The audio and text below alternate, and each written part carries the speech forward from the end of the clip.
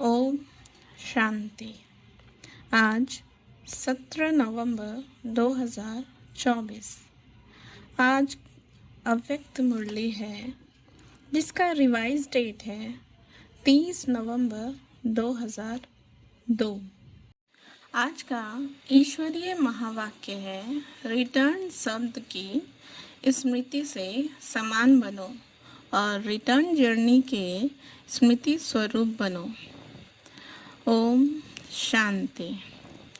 आज बाप दादा अपने चारों ओर के दिल तख्त नशीन, भ्रिकुटी के तख्त नशीन, विश्व के राज्य के तख्त नशीन स्वराज्य अधिकारी बच्चों को देख हर्षित हो रहे हैं। परमात्म दिल तख्त सारे कल्प में अब आप सिकी लधे लाडले बच्चों को ही प्राप्त होता है। भ्रिकुटी का तख्त तो सर्व आत्माओं को है, लेकिन परमात्म दिल तख्त ब्राह्मण आत्माओं के सिवाय किसी को प्राप्त नहीं है। यह दिल तख्त ही विश्व का तख्त दिलाता है। वर्तमान समय स्वराज्य अधिकारी बने हो। हर एक ब्राह्मण आत्मा का स्वराज्य गले का हार है। स्वराज्य आपके जन्म का अधिकार है। ऐसे स्वयं को ऐसा स्वराज्य अधिकारी अनुभव करते हो। दिल में यह दृढ़ संकल्प है कि हमारे इस बर्थ राइट को कोई छीन नहीं सकता। साथ साथ यह भी रूहानी नशा है कि हम परमात्म दिल तख्त नशीन भी हैं। मानव जीवन में तन में भी विशेष दिल ही महान गाई जाती है। दिल रुक गई तो जीवन समाप्त। तो आध्यात्मिक जीवन में भी दिल तख्त का बहुत महत्व है। जो दिल तख्त नशीन हैं वही आत्माएं विश्व में विशेष आत्माएं गाई जाती हैं। वही आत्माएं भक्तों के लिए माला के मनकों के रूप में सिमरी जाती हैं। वही आत्माएं कोतों में कोई में भी कोई गाई जाती हैं। तो वह कौन है? आप हो। पांडव भी हैं, माताएं भी हैं, हाथ हिला रहे हैं। तो बाप कहते हैं, हे लाडले बच्चे, कभी कभी दिल तख्त को छोड़कर देह रूपी मिट्टी से क्यों दिल लगाते हो? दिल मिट्टी है। तो लाडले बच्चे कभी मिट्टी में पाँव नहीं रखते हैं। सदा तख्त पर, गोदी में या अतीन्द्रिय सुख के झूले में झूलते हैं। आपके लिए बाप दादा ने भिन्न भिन्न झूले दिए हैं। कभी सुख के झूले में झूलो, कभी खुशी के झूले में झूलो, कभी आनंद में झूले में झूलो। तो आज बाप दादा ऐसे श्रेष्ठ बच्चों को देख रहे थे कि कैसे नशे से झूले में झूल रहे हैं। झूलते रहते हो, झूलते हो, मिट्टी में तो नहीं जाते। कभी कभी दिल होती है क्या मिट्टी में पाँव रखने की, क्योंकि तिरसठ जन मिट्टी में ही पाँव रखते, मिट्टी से ही खेलते। तो अभी तो नहीं मिट्टी से खेलते। कभी कभी मिट्टी में पाँव जाता है कि नहीं जाता है, कभी कभी चला जाता है। देह भान भी मिट्टी में पाँव रखना है। देह अभिमान तो बहुत गहरी मिट्टी में पाँव है, लेकिन देह भान अर्थात बॉडी कॉन्शसनेस यह भी मिट्टी है। जितना संगम का समय ज़्यादा से ज़्यादा तख्त नशीन होंगे, उतना ही आधा कल्प सूर्यवंश की राजधानी में और चंद्रवंश में भी सूर्यवंश के राज्य घराने में होंगे। अगर अभी संगम पर कभी कभी तख्त नशीन होंगे तो सूर्यवंश के रॉयल फैमिली में इतना ही थोड़ा समय होंगे। तख्त नशीन चाहे टर्न बाय टर्न होंगे, लेकिन रॉयल फैमिली राज्य घराने की आत्माओं के सदा संबंध में होंगे। तो चेक करो कि संगम युग के आदि समय से अब तक चाहे 10 साल हुए हैं, चाहे 50, चाहे 66 साल हो गए, लेकिन जब से ब्राह्मण बने तब आदि से अब तक कितना समय दिल तख्त नशीन स्वराज्य तख्त नशीन रहे? बहुत काल रहा, निरंतर रहा व कभी कभी रहा। जो परमात्म तख्त नशीन होगा उसकी निशानी प्रत्यक्ष चलन और चेहरे से सदा बेफिक्र बादशाह होगा। अपने मन में स्थूल बोझ तो सिर पर होता है, लेकिन सूक्ष्म बोझ मन में होता है। तो मन में कोई बोझ नहीं होगा। फिक्र है बोझ, बेफिक्र है डबल लाइट। अगर किसी भी प्रकार का, चाहे सेवा का, चाहे संबंध संपर्क का, चाहे स्थूल सेवा का, रूहानी सेवा का भी बोझ नहीं, क्या होगा, कैसे होगा, सफलता होगी या नहीं होगी, सोचना, प्लान बनाना अलग चीज है, बोझ अलग चीज है। बोझ वाले की निशानी सदा चेहरे में बहुत या थोड़ा थकावट के चिन्ह होंगे। थकावट होना अलग चीज है, थकावट के चिन्ह थोड़ा भी, यह भी बोझ की निशानी है। और बेफिक्र बादशाह का यह अर्थ नहीं कि अलबेले रहें, हो अलबेलापन और कहे हम तो बेफिक्र रहते हैं। अलबेलापन यह बहुत धोखा देने वाला है। तीव्र पुरुषार्थ के भी वही शब्द हैं और अलबेलेपन के भी वही शब्द हैं।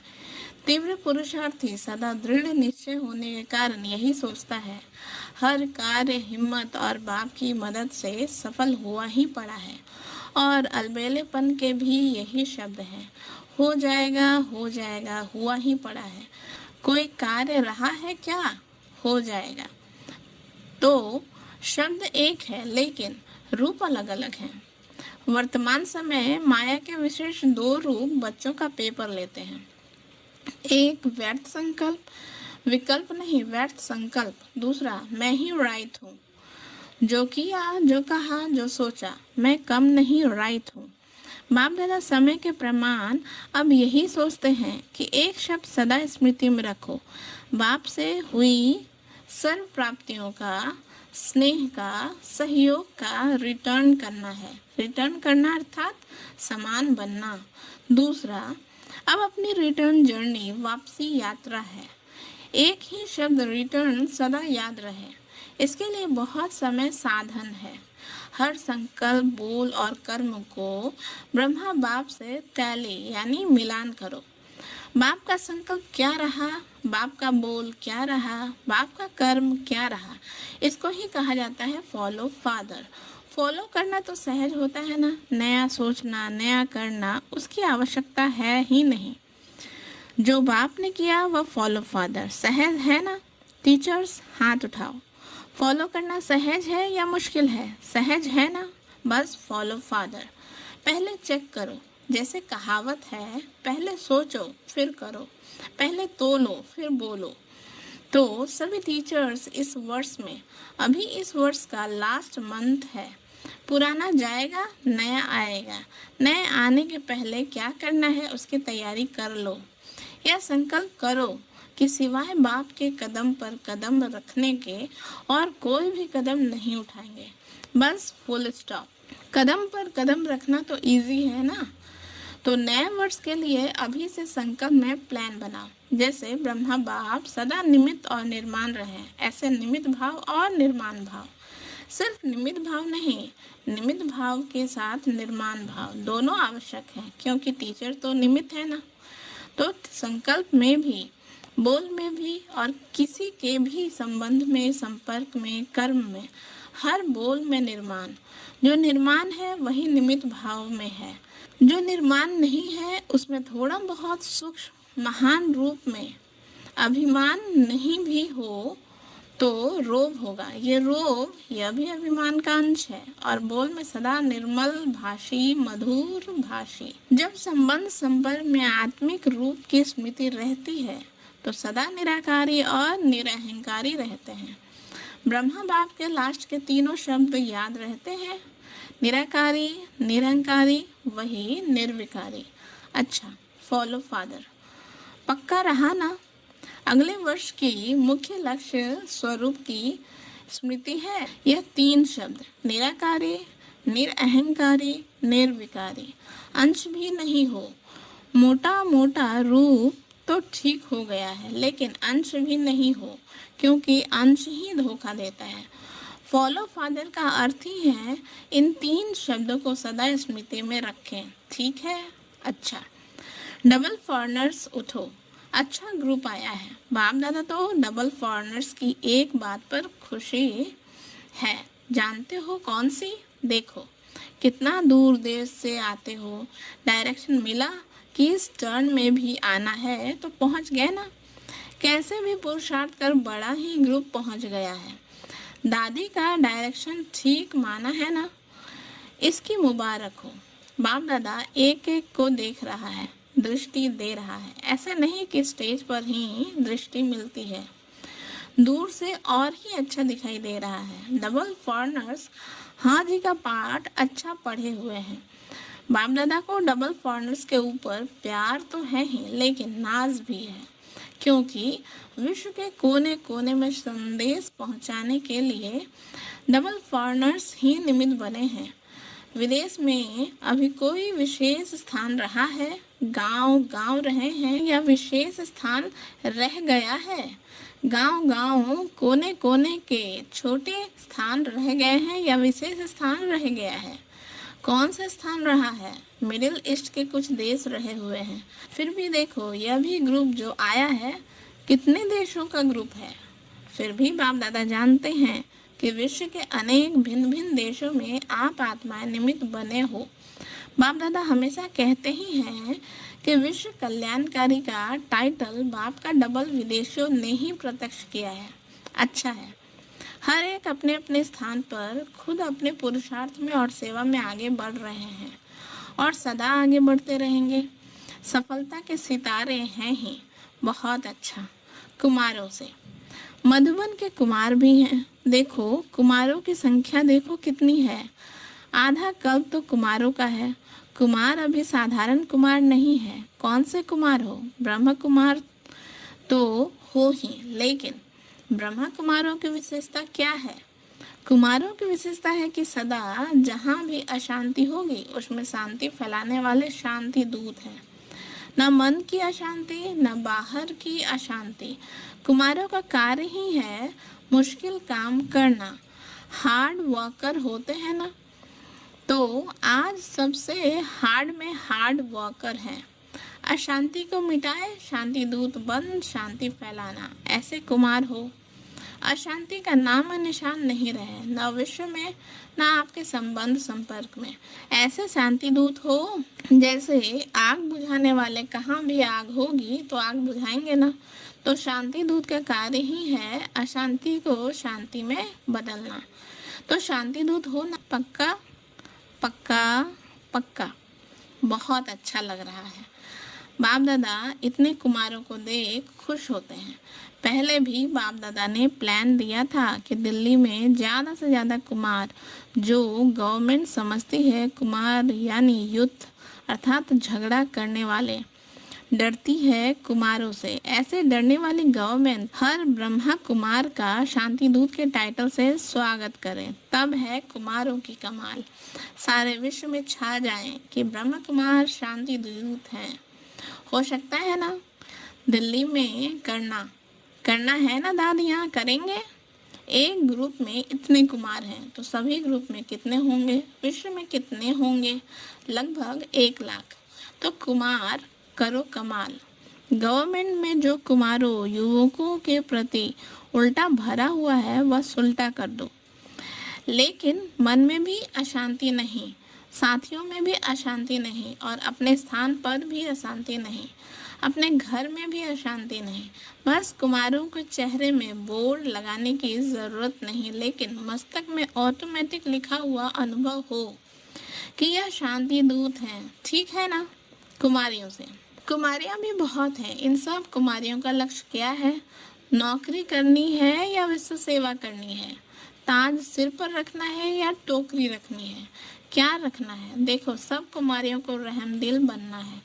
विश्व की आत्माओं का कल्याण हो जाए। कुमारियों के लिए गायन है 21 कुल का उद्धार करने वाले। तो आधा कल 21 कुल हो जाएंगे। तो ऐसी कुमारियां हो जो 21 कुल का उद्धार करेंगे, वह हाथ उठाओ। एक परिवार का नहीं, 21 परिवारों का करेंगी। देखो, आपका नाम नोट होगा और फिर देखा जाएगा कि रहमदिल है या कोई हिसाब किताब रहा हुआ है।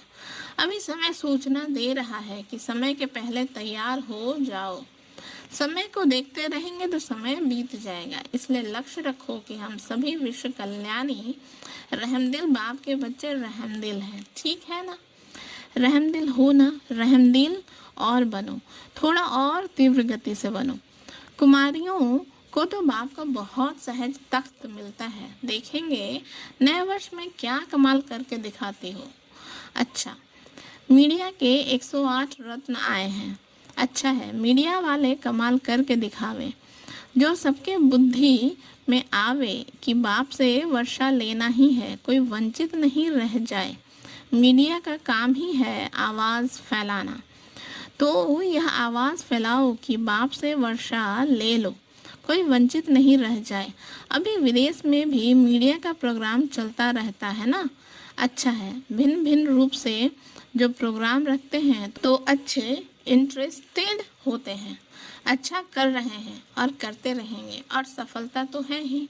सभी वर्ग वाले जो भी सेवा कर रहे हैं, बाप दादा के पास समाचार आता रहता है।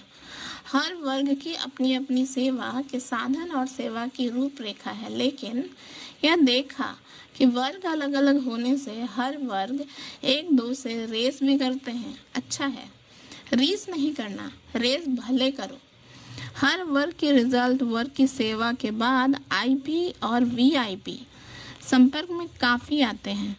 अभी माइक नहीं लाए हैं, लेकिन संबंध संपर्क में आए हैं। अच्छा, बाप दादा वाली एक्सरसाइज याद है?